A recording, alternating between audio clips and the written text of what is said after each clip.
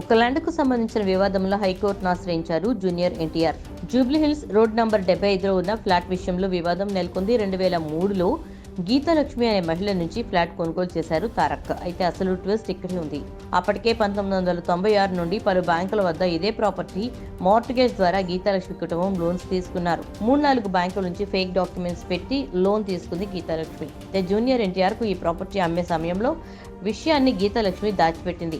5 బ్యాంకుల నుండి ఇదే డాక్యుమెంట్ మీద లోన్స్ తీసుకుంది గీతాలక్ష్మి. కేవలం ఒక్క బ్యాంకులో మాత్రమే మార్టిగేజ్ లోన్ ఉన్నట్టు ఎన్టీఆర్ కు చెప్పిందట ఆ కిలాడి గీతాలక్ష్మి. చెన్నైలో ఒక బ్యాంకులో లోన్ క్లియర్ చేసి డాక్యుమెంట్ తీసుకున్నారు తారక్. 2003 నుంచి ఫ్లాట్ ఓనర్ గా తారక్ ఉన్నారు.